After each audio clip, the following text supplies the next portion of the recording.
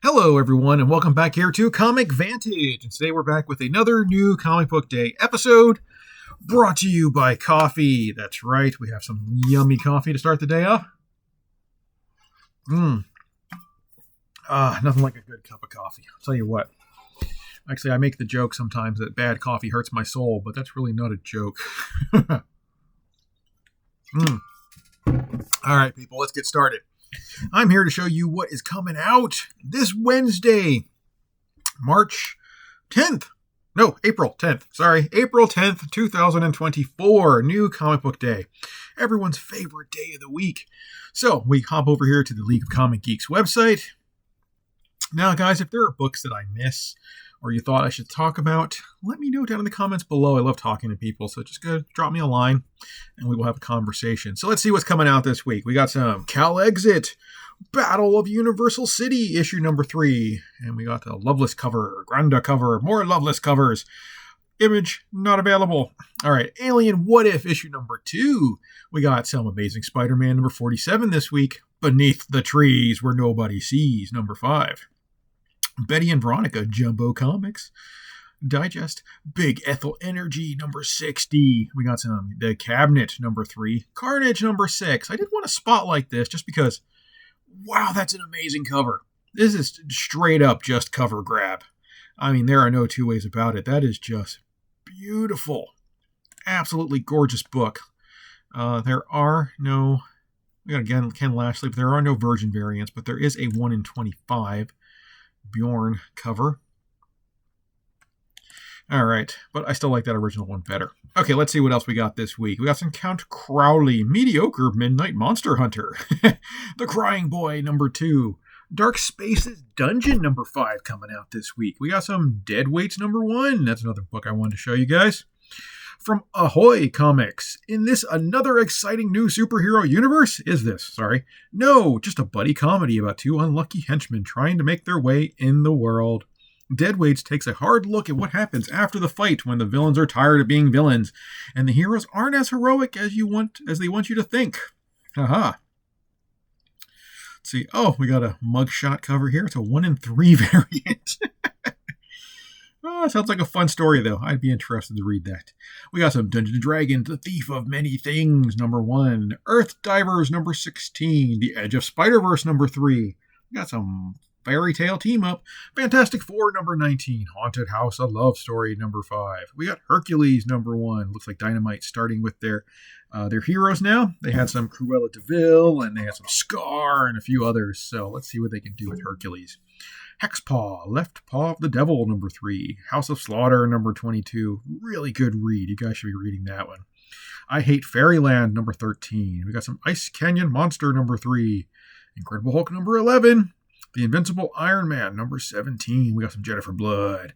Jim Henson's Labyrinth Archive Edition. Yes, this is a reprint of the 1986 classic. Wow, the original Marvel Comics adaptation. That is going to be a lot of fun for everybody that missed it back in the day. Oh, it's even got, looks like little... No, it's not going to be 75 cents, is it? Come on. Doesn't say.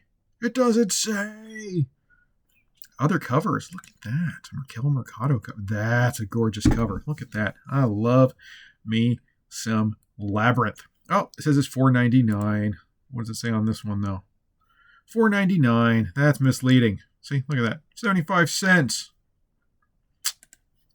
Maybe they're just showing the original cover from back in the day.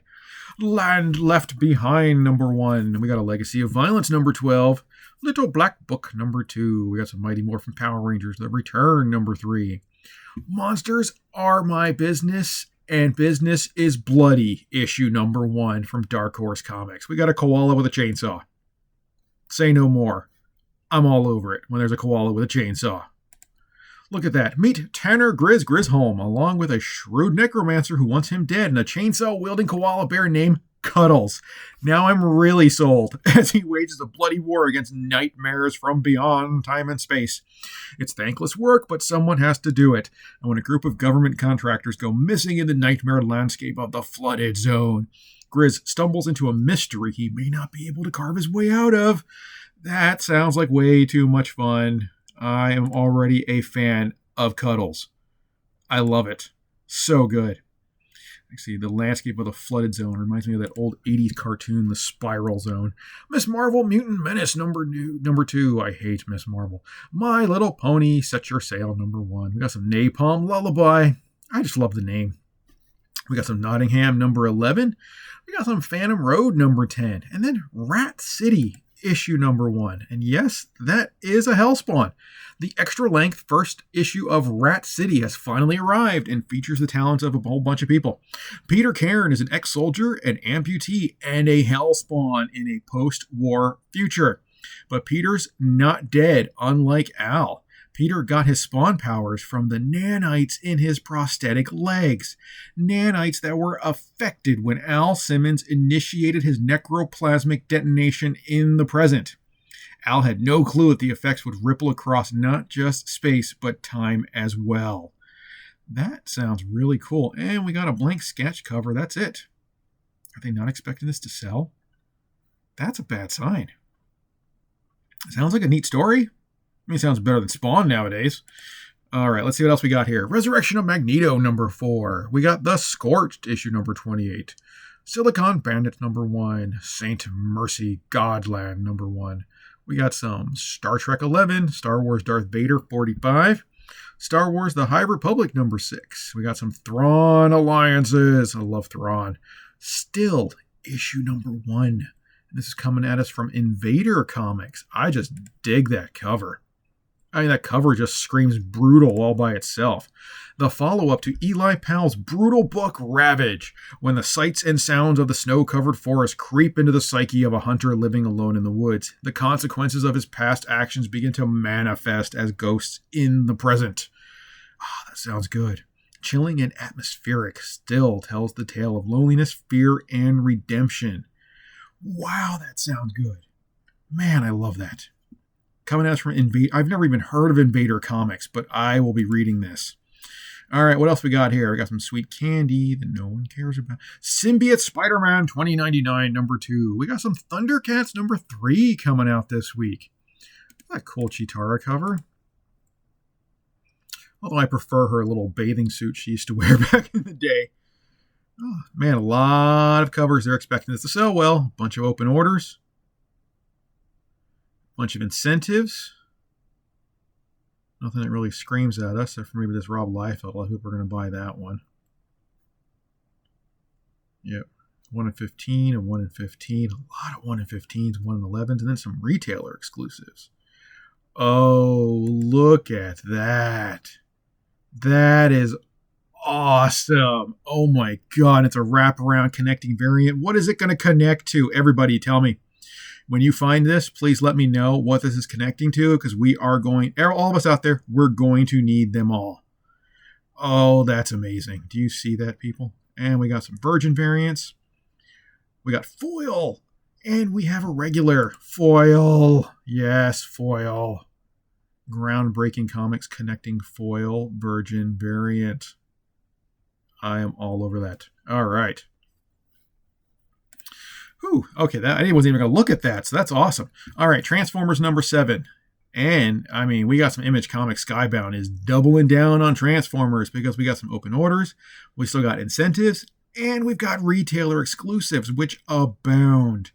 I love this. We got some RC. It's a 1 in 50 variant there with RC Blast and Starscream. I like that one. That's cool. 1 in 25 here, some Soundwave. You know, I'm liking the series, okay? But my biggest complaint right now is the way Soundwave talks. It doesn't feel like G1 Soundwave to me. He talks a little too normal. Growing up in the G1 era, while I'm reading the comic book series, I hear the voices of all the Transformers in my head, actually narrating the comic book to me. I'm sure a lot of people out there actually feel the same way. You know, when you see Optimus Prime, you're going to hear his voice. When you see Starscream, you're going to hear his voice. When you see Soundwave, I'm having trouble hearing his voice because of the dialogue. So I don't know if it's just me. If anybody out there has the same opinion, please let me know. I want to know I'm not alone. All right, let's see what else we got here. Hey, some Ultra Magnus. Del Mundo might cover. Ultra Magnus and RC. Ultra Magnus hasn't even shown up yet. Or has he with the new one? And then a whole bunch of retailer exclusives. We got some John Chiang. Look at that. That's a beautiful Optimus cover. All right. Of course, we got some John Gallagher. Oh, another John Gallagher. This is sideways. It looks like it's connecting to something else. We got some Thiago Silva. We got some Red Code variant. Alex Milne. Oh, man, I love Alex Milne. This guy's amazing. His Transformers artwork from the Dream, or not DreamWorks, from the IDW days were just so good. I love his stuff. And it's funny because he's actually friended me on Facebook and Instagram and YouTube. And he's actually told me he listens to my videos while he draws. So I think that's really cool. I dig Alex Milne a lot. And we got some Red Line variant art. Oh, that's cool. Very cool. Okay, let's see what else we got here. We got Ultimate X-Men number 2. We got Uncanny Valley number 1 from Boom Studios. Unnatural Order number 4. The Valley of Death from Usher of the Dead. Now, I've talked about Usher of the Dead several years ago when it originally came out. It was a lot of fun, and I think this is going to be a great little spin-off, too. The Angel of Death's task to keep the in-between functioning without flaws or delays. It is a master design, and every human must pass through aspects of the in-between. Ooh. Yeah, I'm actually all over that because I really enjoyed Usher of the Dead. Weapon X-Men number 2. We got When the Blood Has Dried, issue number 1. I just like the name of that title from Mad Cave Studios. Years ago, a stranger came to Carrick on Bun, a little town on the edge of the Southern Territories. The locals eventually came to see this blown in as one of their own.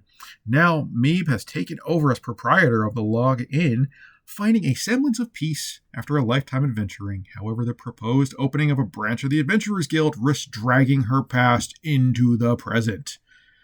Well, let's see. We only have one other cover. Oh, I like that cover. That cover is beautiful. 10 years of Mad Cave. That's actually surprising. I like that. All right, we got some Wolverine 47, X-Men number 97, or no, X-Men 97, 1997, issue number 2. Yes. Sabretooth strikes, and he's not the only threat the X-Men are facing as Jean Grey and Cyclops prepare to embark on a bold new adventure. A sinister foe makes his move from the shadows, unleashing a torrent of new terror. I am loving X-Men 97. I don't even know how they did this so well, but Disney pulled it off. All right, we got some David Mack. Look, a 1 in 100 David Mack cover. Ooh, boy, people. That is beautiful. Oh, man, I got goosebumps looking at that. That is just absolutely stunning.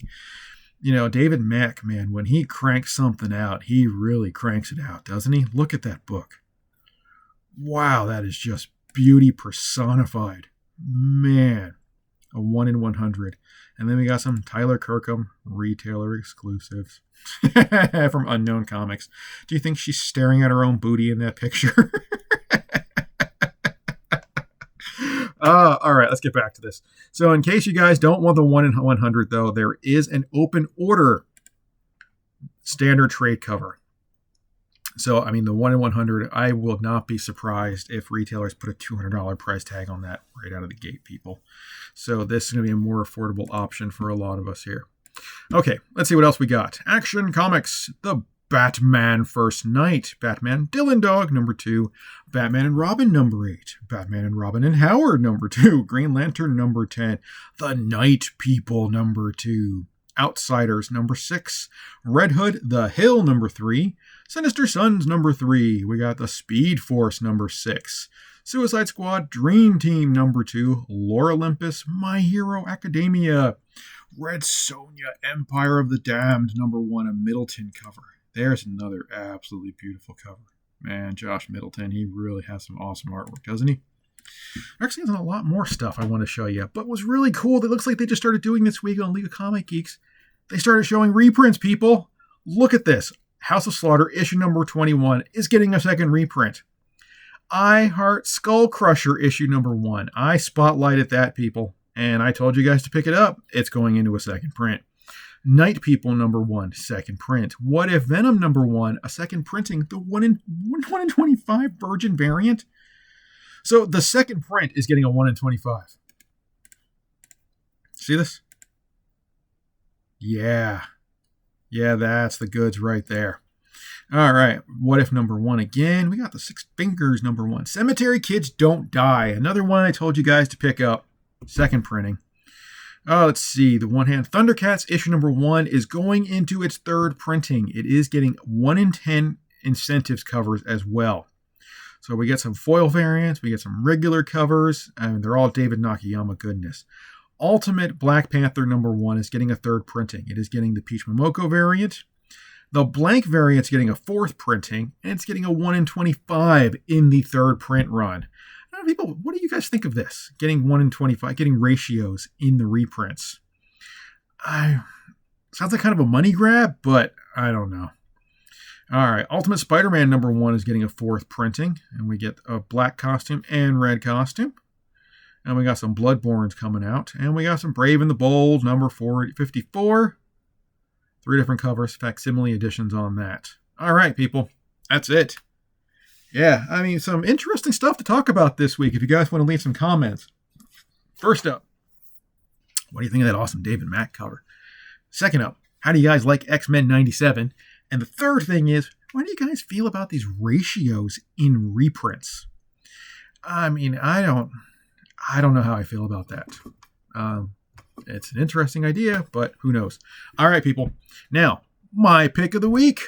Still issue number 1. Wow, this just sounds way too good of a story. I gotta tell you though, the runner-up cuddles the koala with the chainsaw. That's an easy runner-up right there. I mean, look at that. Oh, it's a Cullen Bunn. I didn't realize this was Cullen. This is gonna be good. Oh, goosebumps again. All right, we're tied. We are tied. Monsters Are My Business and still number 1. My picks of the week. Beautiful books right there. All right, people. That's it. That's everything. That's all I wanted to show you. If you guys like this kind of stuff, make sure you give me a nice little thumbs up and let me know down in the comments below. And, like always, thank you for stopping in and watching. If you're new to my channel, hit the little CV right over here in this corner. And if you're already a current subscriber, thank you so much. You guys are amazing. You're the reason I do this week after week after week, and I have so much fun. Just to give you a heads up, Booty Covers Part 2 is coming up real soon. All right, that's it. Thank you so much for watching, everybody, and take it easy.